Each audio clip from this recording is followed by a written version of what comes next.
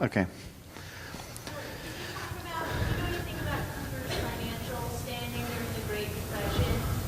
Yes, it was very, it was slim pickings, but, again,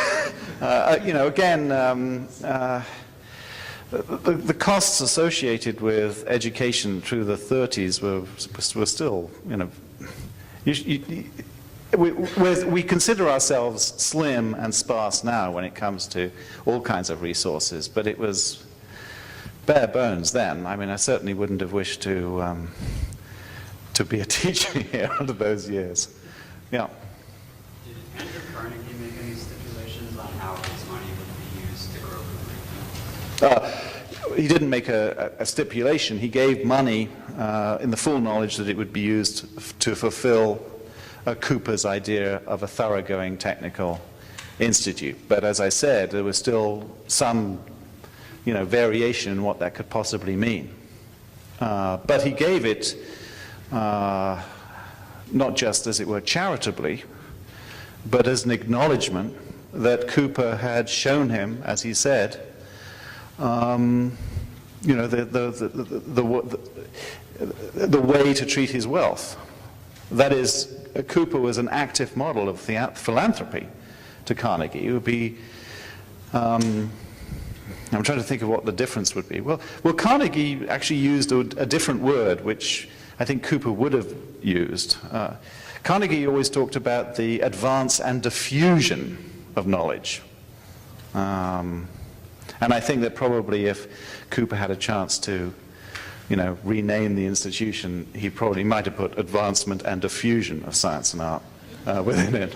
But that diffusionistic model is a kind of 19th century notion of how to spread knowledge beyond a particular group. And that's what Carnegie, as you know, was interested in, not just in colleges, but in libraries. It was going to be, as it were, diffusion of knowledge across the face of North America. And this was going to be, you could say, Carnegie Mellon East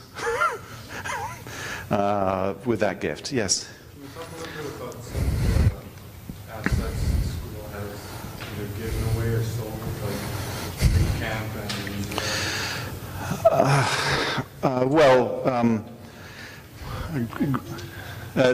can I talk about some of the assets that Cooper has got rid of over the years? Well, you mentioned two, Green Camp and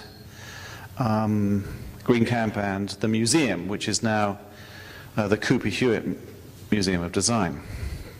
Well, asset is a kind of interesting word to use in regard to those two things. And I'm sure that if you were to talk to a trustee in the 60s, they wouldn't have necessarily thought they were assets.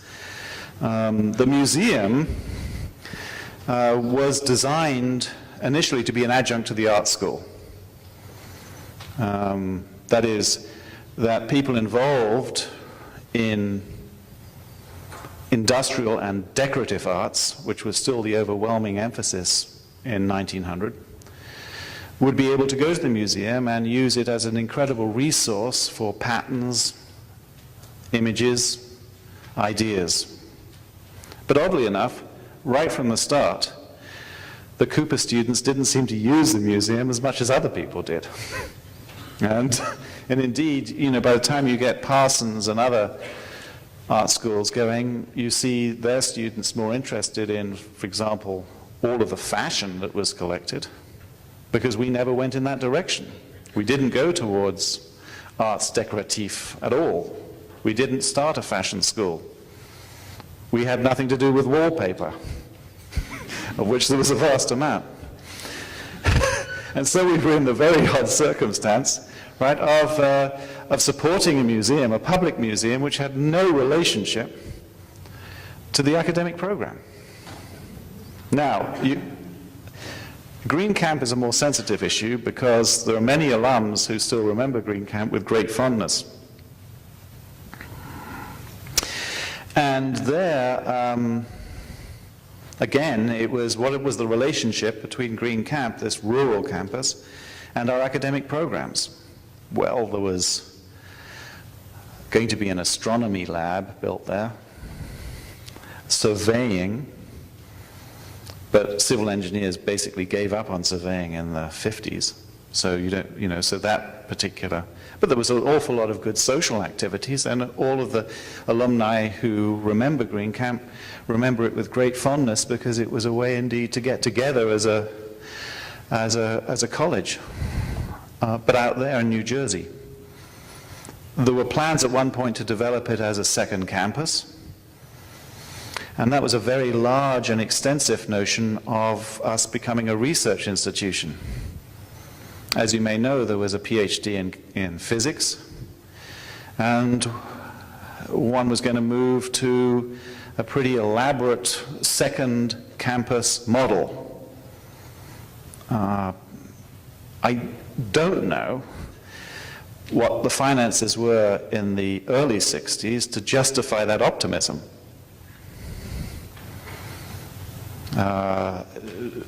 But it didn't take place. Indeed, as you know, the graduate programs in the graduate program in physics was withdrawn and ended. So that was a periodic moment at which we had to really rein in our academic programs to match what we had by way of operating revenue.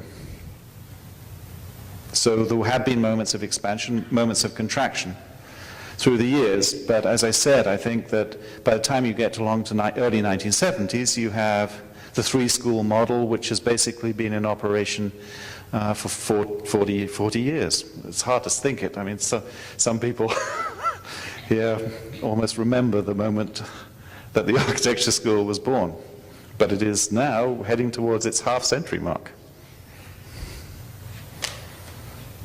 Yes. Two-part question. I was going to ask you first, can you talk about the history of the structure of the Board of Trustees at Green and what, if any, accountability they had into whom and in their actions? And then, were you saying that that there aren't any Board of Trustees or personally responsible or personally? I don't believe now, under trust laws, that there are many boards left where the trustees are... Trustees are always fiduciarily responsible to take care of their institutions, but whether they have to open their own personal pocketbooks for cash at the end of an annual season, I can't believe that's still in existence. What? Pretty common. It is? There are many boards that like the Belmont. Yeah, they have that. They have that trust. They have that definition for a trustee. Well, there's always, look, there's sometimes give and get policies. That is, there's an understanding that if you become a trustee, you give a certain amount per year. But I can't believe that the MoMA board is still personally responsible for the any operating deficit on an annual basis. Is that true? It is. It is? I'm surprised. I know that they worked for the Peter Norton Foundation for a while, which was modeled after the family office of the Astors. And one of the responsibilities of the tree, because he sits on many boards as a trustee member, and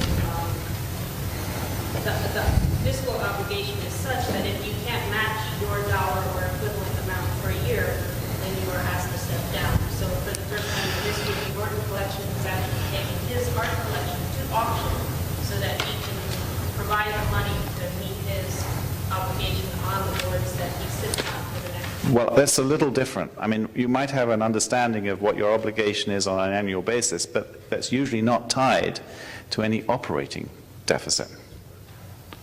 Is it?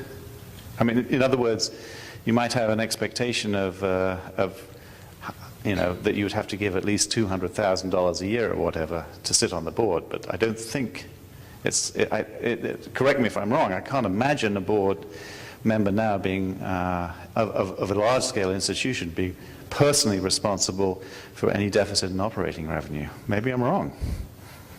I'm just probably imagining what I would say if I was asked to be on a board like that. Yeah. Do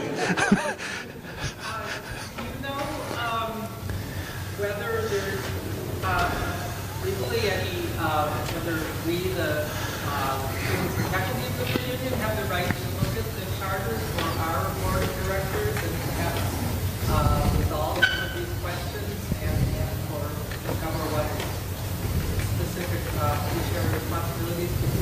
would have thought, I thought that any charter for the Board of Trustees would have to be a public document.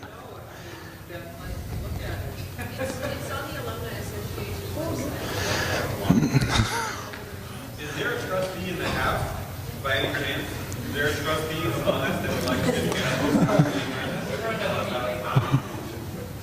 It would really be appreciated, because I don't think we've heard anything from any trustees. And I know that your subject is history, and it's not right to ask you to comment on.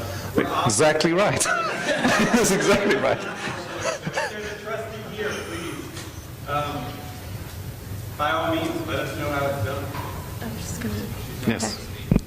I'm not a trustee. I'm a student here. My name is Audrey, and I guess I just wanted, it sounds like that we need to open this up a little bit more, and thank you so much, Peter Buckley, for giving us a little bit of a history lesson on this.